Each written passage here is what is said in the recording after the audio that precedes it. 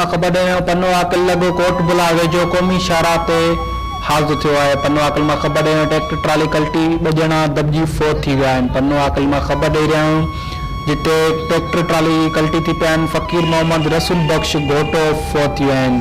पनो आकिल मां अफ़सोसनाक ख़बर ॾेई रहिया आहियूं जिते फ़कीर मोहम्मद रसूल बख्श घोटो फोत थी विया आहिनि। लाश तालका अस्पताल मुंतक़िल कयो आहे। वधीक न्यूज़ अपडेट ॾिसंदा रहो KKD न्यूज़।